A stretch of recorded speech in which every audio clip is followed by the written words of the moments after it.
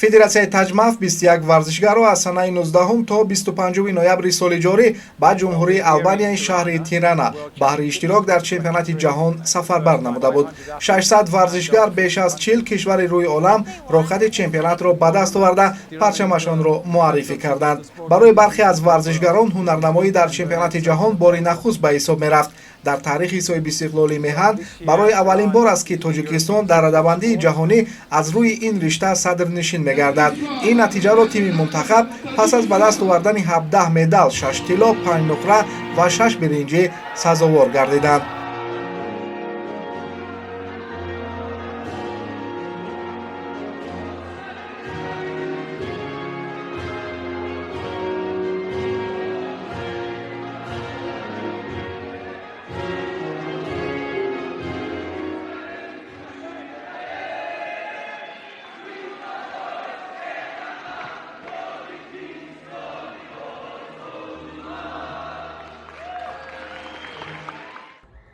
назди театри академияи опера ва балети ба номи устод Садриддин Айнӣ дилбохтагони санъати моҳрибаҳои омехта бо шиёру овезаҳо ва дастовезу парчами миллӣ ба интизории парчамбардорони меҳан ҷамъ омаданд.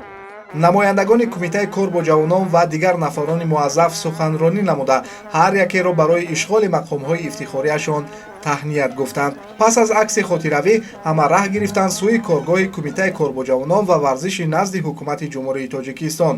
муҳтарам Раҳмонзода Абдулло барои чунин дастоварди таърихӣ баландтарин баҳои варзиширо бо суханҳои гарму самимӣ ба тими таҷмаф ҳадя намуд. иштироки бениҳоят олӣ, ҳатто ман хубам дигар ба забон оварда наметавонам, бениҳоят фаъолона гуфта наметавонам, барое ки ин иштироки олӣ буд воқеан. Мана имрӯз бо як ифтихор, як шарафмандӣ, як пирӯзии дигар болои дастовардҳои яъне беназири даврони соҳиби истиқлолӣ, ин дастоварде ки шумо имрӯз вориди кишвар кардед.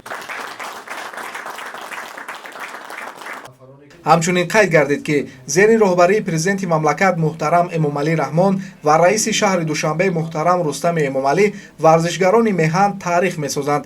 ҳамчунин зикр намуданд ки саҳми босазои раиси Федератсияи таҷмаф Даврон Ҷураевро набояд фаромӯш созем, зеро дар фосилаи начандон дур Федератсияи ҷавон бо системаи корияшон тавониста ки дар сархати хабарҳои варзиши ҷаҳонӣ давр бизананд.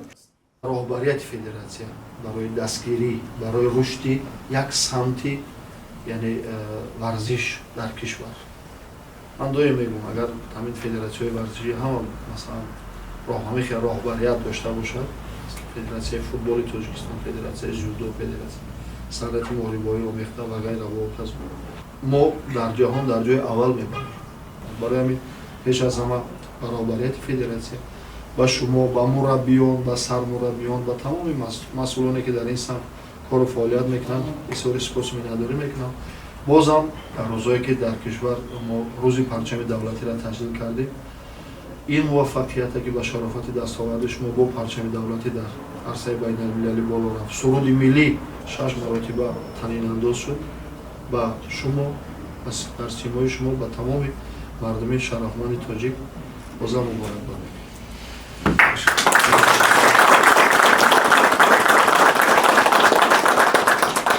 яке аз варзишгари муваффақи кишвар Отабек Раҷабов ки ӯ дар корномаи варзишиаш 2 қаҳрамонии ҷаҳон ва 1 ҷоми ҷаҳонро дорааст, чунин ибрози ақида намуд.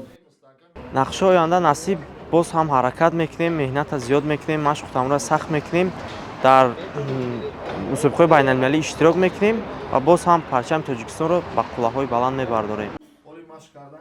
хушмаҳмад Пиров қайд намуд ки миёни давлатҳои иштирокчӣ ҳама бо як мақсаду маром касби мақоми ифтихорӣ ва ҳамзамон садрнишин гардидан дар радавандии ҷаҳон ба чемпионати мазкур сафар намуданд.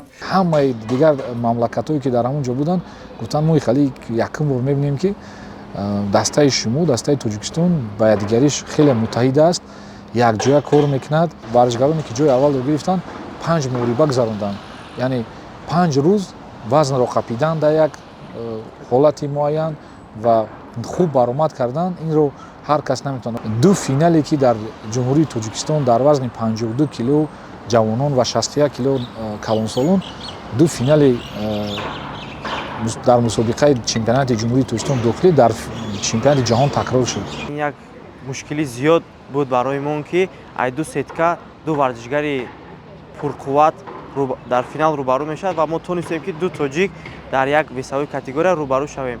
зоҳидзода воид ки чандон ҷисми бузург ҳам надошта бошад, вале ӯ 3 маротиба дар бузургтарин сабқатҳо чемпионати осиё ва чемпионати ҷаҳон ҳамчун қаҳрамони олам номашро навишта кардааст. ӯ аз хурди қадамҳои нахусташро ба толори варзиши гӯштини тарзи озод гузошта буд. ҳамин аст ки ӯ ин ҷо ҳамаи рақибонро пушти сар намуда озодона ба зинаи ифтихорӣ баромад.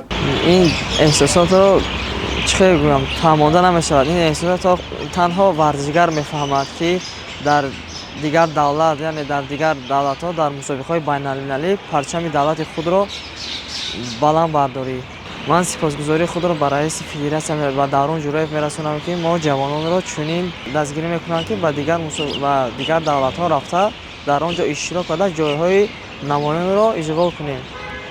ва сипосгузории худро ба ҷаноби олӣ муҳтарам Эмомалӣ Раҳмон мерасонам. ҳамин чиза муҳтарам раис ҳис кардан, расман иҷозат додан, ин натиҷа вақта хуш аз тамоми варзишгарон шуда мо миннатдорем ки ора ҳама вақт дастгирӣ мекунем. аз 10 то 16 декабри соли ҷорӣ тими мунтахабро чемпионати осиё ки мебояд дар давлати шоигарии Баҳрайн оид ба санъати муҳорибаҳои омехта баргузор гардад интизор аст. мо аҳли гурӯҳи эҷодии телевизиони ҷаҳоннамо ва дилбохтагони варзиши меҳан ба федератсияи таҷмаф барору комёбӣ таманно дорем.